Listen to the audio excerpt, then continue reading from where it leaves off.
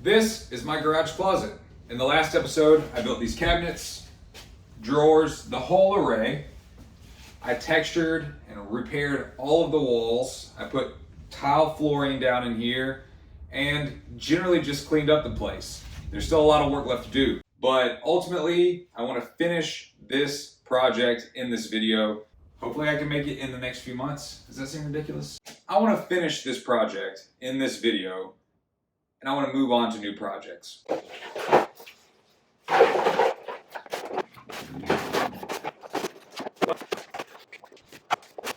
don't know if I told this story in the last video. In fact, I know I didn't tell this story in the last video, but whenever I was building the drawers right over here, I ordered a few screws so that I could put the drawers together, mainly to screw the drawer slides onto the drawers. I ordered 100. I ordered 100. They sent me 10,000 screws. What am I going to do with all of these? They were 3/4 of an inch. I have no use for them. Let me know if you need some screws. I don't know what I'm doing. 40 pounds or something like that.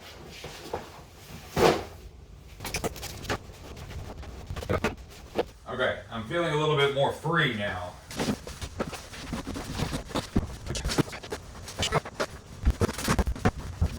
The next thing that I need to do is find a way to hang that ladder on that wall. This is where 3D printing comes in really handy, so let's go do that.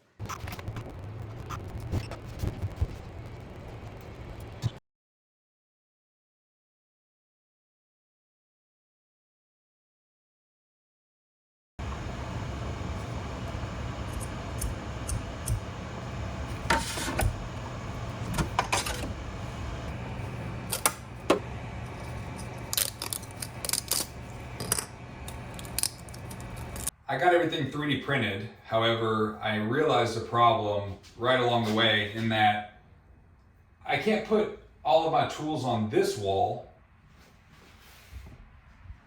that wall, because that is where I have plans to put like a toolbox of sorts. I actually have a toolbox right out here. I'm going to move in there in a second. I don't want to put them on this wall. Don't know if that did anything, because then they'll be in the way of ingress and egress through the door here. So where I need to hang all my tools and the ladder is on that wall that doesn't exist yet. But I don't want to build that wall right now.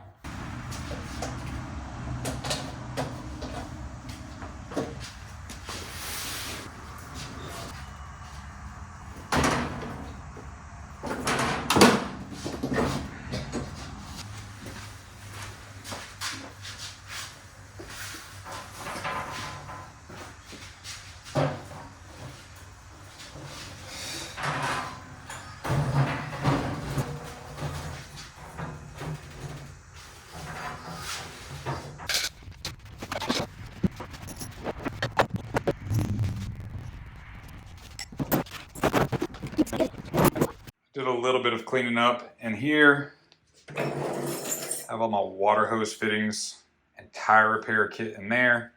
That still needs to be organized. Foam cannon nozzle that goes on my MTM foam cannons.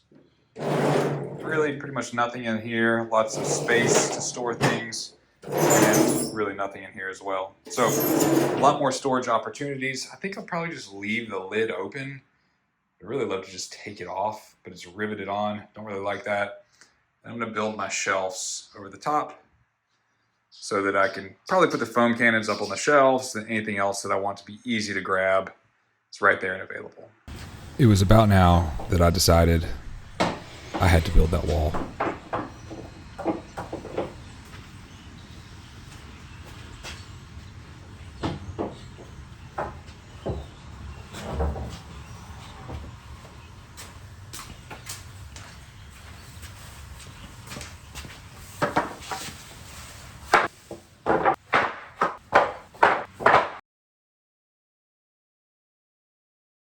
Now that I got all of that nice and clean and vacuumed, I'm gonna begin cutting the trim out. Gotta go gather some tools.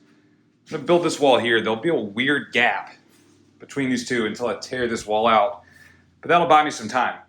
I really struggled with where I wanted to put this wall. Did I want to leave a gap between the trim, or did I want to butt it up right against the trim? Ultimately, I decided, as you can probably tell, to butt it up right against the trim because I didn't think I needed that much space here, and I really wanted to maximize the space on the other side, which will eventually become the pantry. So I cut out the trim, laid down a ground contract rated base plate, and started putting the studs in.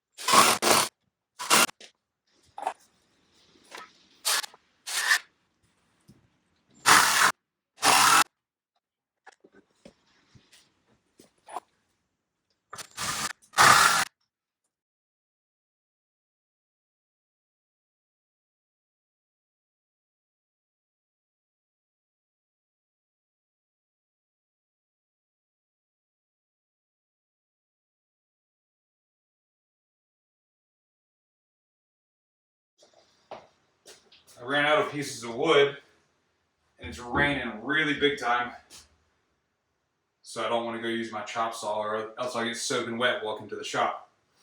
So I decided to put in some drywall. These hinges got in the way as I was trying to wedge this drywall in, so I had to take them out real quick.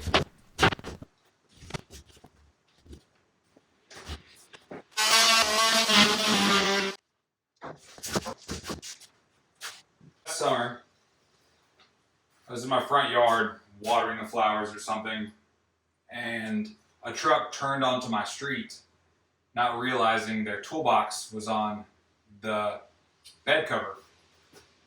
And in that toolbox was about 1 million drywall screws. They spilled all over the street and they never realized it. So I went out there with my push broom and swept them all up. Now I got about 1 million drywall screws, and I hope nobody got a flat. I've been waiting on an opportunity to use these things.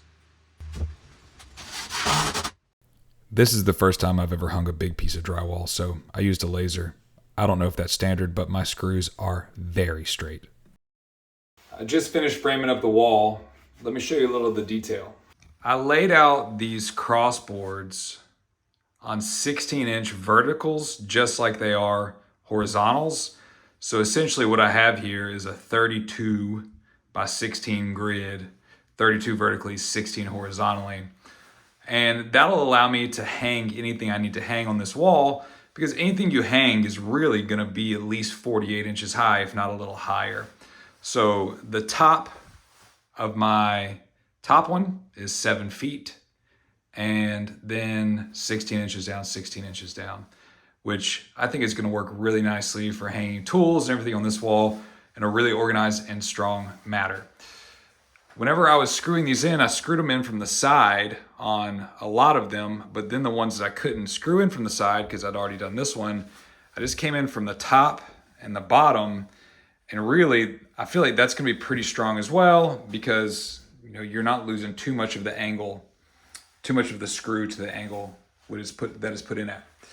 Then, I think I mentioned this earlier, then I have waterproof drywall, and I'm gonna put one more sheet of waterproof drywall up there. And then we get to mud it. One of the other framing components that I didn't mention was, since I had to install, I couldn't build this wall on the ground. I had to kind of build it in the room. I had no way to attach the top plate or even the bottom plate to the studs. So what I did was every other stud, kind of put a spacer in between them, screwed that directly into the top plate and the bottom plate, and then screwed the studs into the side of that. And I feel like that's going to be pretty strong.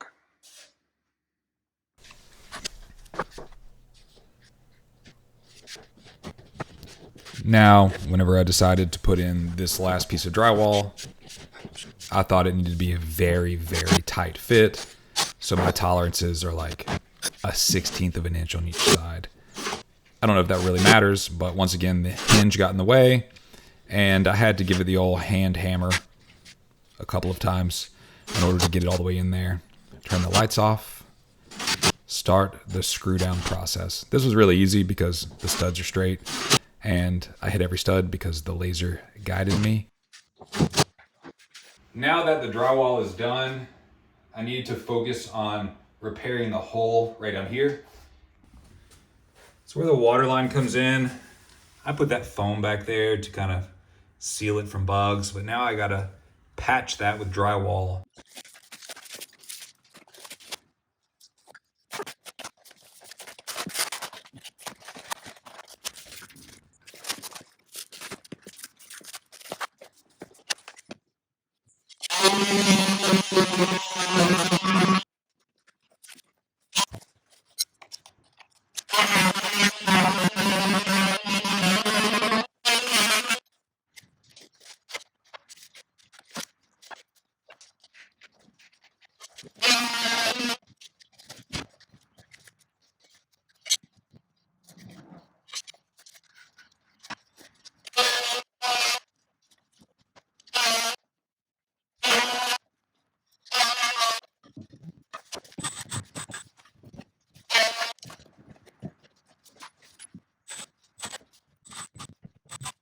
So now the wall is finished, and I'm gonna move on to tiling the bottom of the wall over here.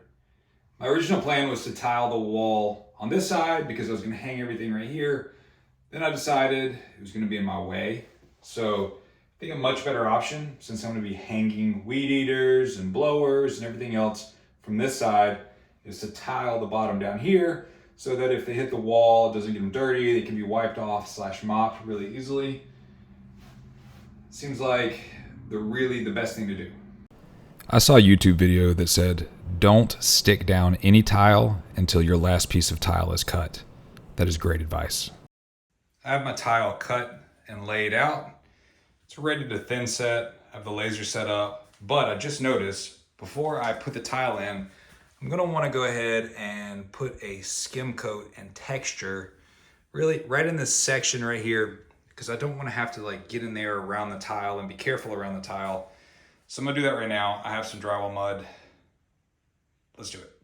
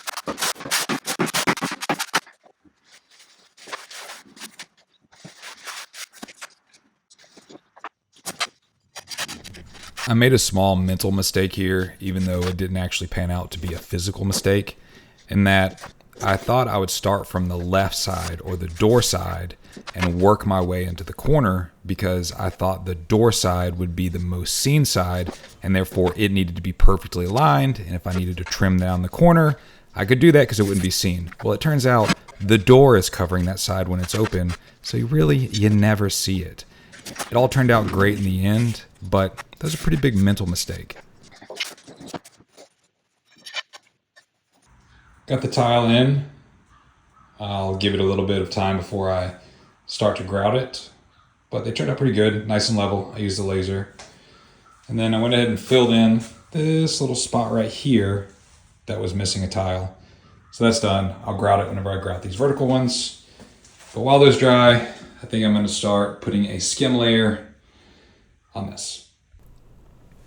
This skim layer turned into an entire layer because when you're doing the texturing, which is kind of like putty knife texturing, which in my mind is actually the cleanest way to texture because you don't have to spray. All you have to do is clean up your putty knife. Whenever you're doing it that way, you kind of have to put it on thick enough in order to cover the whole thing. So realistically, I only did one coat. I then patched this hole in the ceiling and kind of tied in the texture between what I did last time and what I finished in this time. Now I decided to put a little grout in.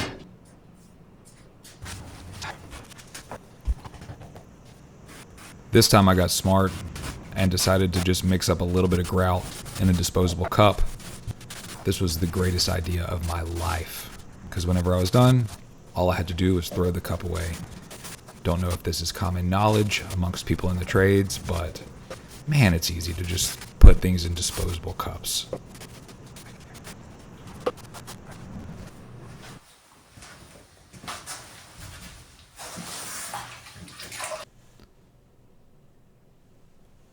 I love the process of wiping the grout off with the grout sponge. It really cleans everything up. It was also at this point I realized I kind of made another mistake in that I really should have put one of the Schluter edges, I think that's how you say it, on this. It would have cleaned it up instead of just using caulk, and I may come back and fix that at some point. All right, there's a coat of paint. I had to paint it twice actually. There's 2 coats of paint. I really hope that it dries to be the same color as the wall. It was ultra pure white satin. That's what I got. It's still pretty wet.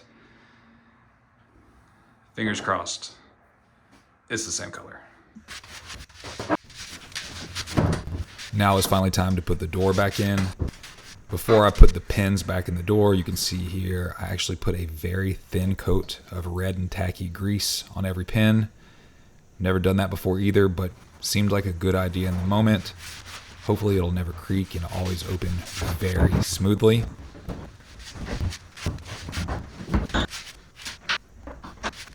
I don't know if there's a trick to putting doors on, but for some reason this one went on great. I've done others where they were an absolute nightmare. It's time for me to do a little bit more organizing, and I feel like I can't organize unless I'm working in an organized space. So I'm gonna take 5 minutes and just try to put all this stuff away.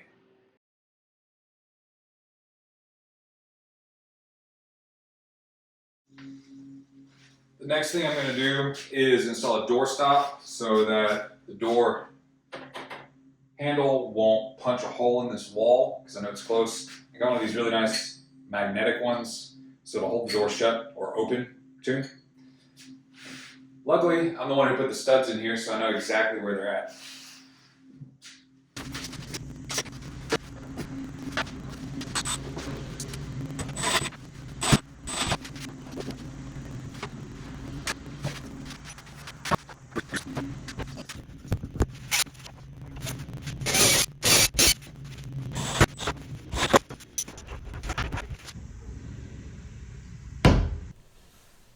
I debated editing this part of the video out because it really just shows a lot of indecisiveness.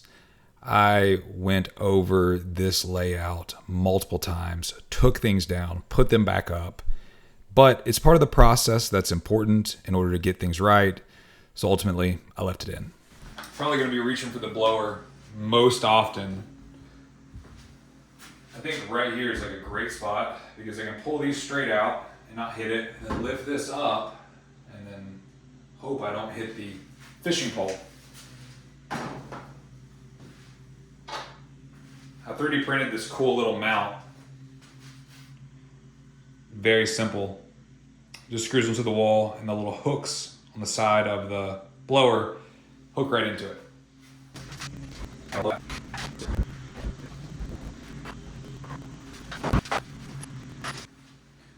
Just using some black drywall screws. This shouldn't require much heft. However, I am realizing that needs to be on the stud. So. Nope, that's not going to work. Let's find a better place. As I'm thinking through this, I'm realizing where I had it is not going to work. So I'm going to put it on the same plane as this, kind of over here. I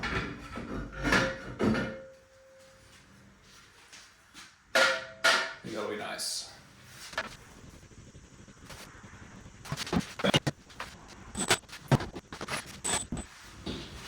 Okay, let's see.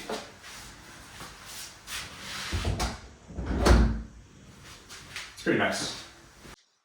So I'm thinking about this as I do it and realizing once again that 90% of the time I'm going to leave the attachment on this power motor, which means I'm going to have an extra space on this side.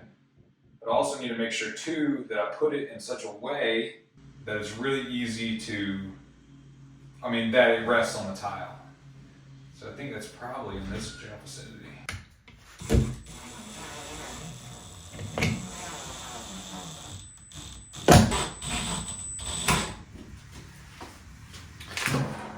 All right, now, cross your fingers that it's not gonna fall down.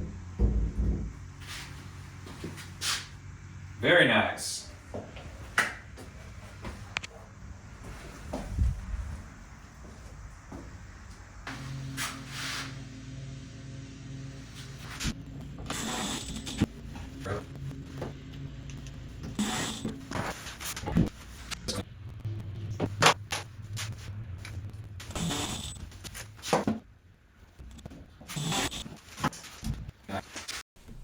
I said what I said earlier about editing that part of the video out because you can see now things are different.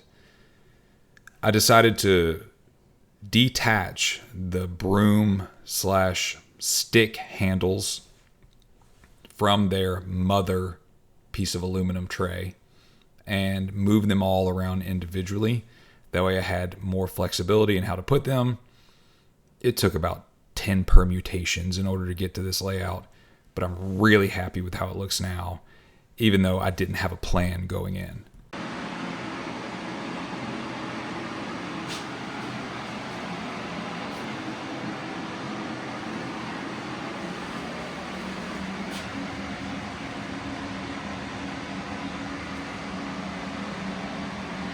Ever since I hung this up earlier today, this has been bothering me that I have metal contacting my tile. So I whipped this up in Infusion 360 so that we can put it like that, keep the metal from bonking the tile. Now I just need to put that, hopefully there's a stud there. If there's not, I'll just put some drywall anchors in. That's nice. Doing that, I realized I didn't like the ladder on there either. So I made another one, Infusion 360. This is why the projects take so long.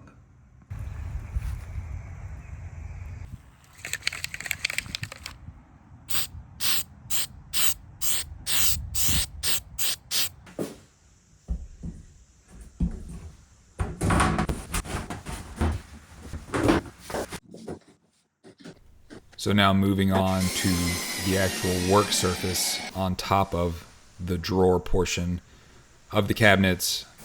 I put a piece of stainless steel in there and I had it sanded up and looking nice. And then I just became worried it was going to get scratched up all the time and just aggravate me. So I decided to put truck bed liner on it because that seems pretty tough.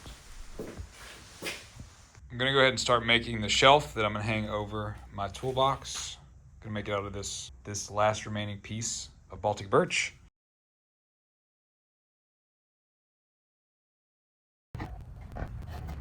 I wanted to keep the theme of nice joinery together rather than just making a standard square box. So I decided to do these kind of half laps, kind of square joints to where there's an equal amount of overlap in both the horizontal and vertical direction.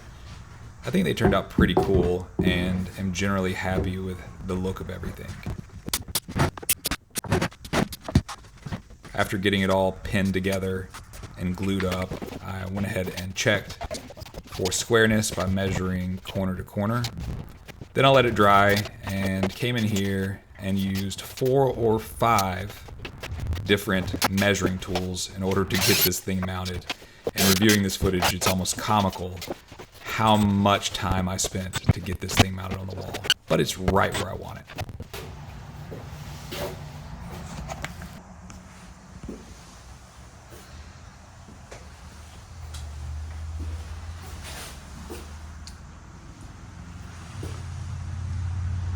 Alright, so quick tour of the entire closet. At the end of the last video, I kind of went over what was in the cabinets and the drawers and kind of showed my little shelf here, which I still really haven't figured out a good use for except for a coffee cup. But not much has changed here. Of course, I still have my microfiber trash can there, which is where I just wash things. The drawers are still nice and organized. The cabinets still look great. I have like kind of old overstock car products, and I have detailing chemicals. I have some microfiber, which is arranged really nicely right here. Moved some of my Milwaukee 12 volt charger and battery into there. That's where I keep my dirty, nice microfiber. So I keep my microfiber split between like utility and then stuff that actually touches automotive paint. The stuff that touches automotive paint goes there, and then the utility stuff goes in here. I do that because I don't want to wash them together. That's important. Then I just kind of have some overstock stuff with wash buckets and some lights that I'm working on putting up, extension cords, etc.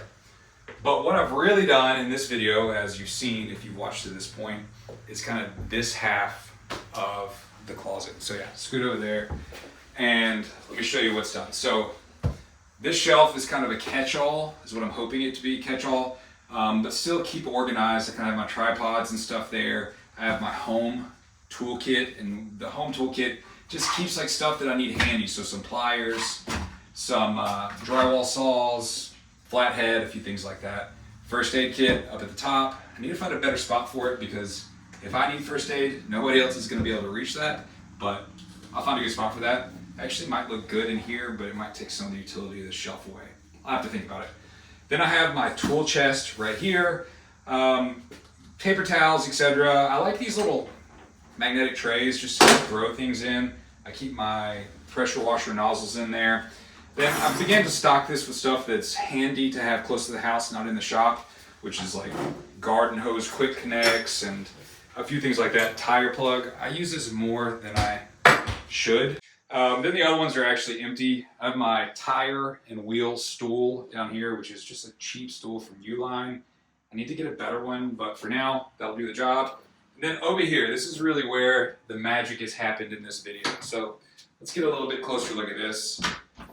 Start with a tile along the wall. I explained a lot of this over the course of the video, but I kind of want to give you a final shot of how it wound up. So tile along the wall, of course my ladder rest and my weed eater head rest, and then hanging the motor head, hanging the blower, keeping the batteries here mounted on the wall, which I like aesthetically, but the one problem I have with it is in order to check the charge, I gotta pull it off the wall and push the button, which that one's almost dead.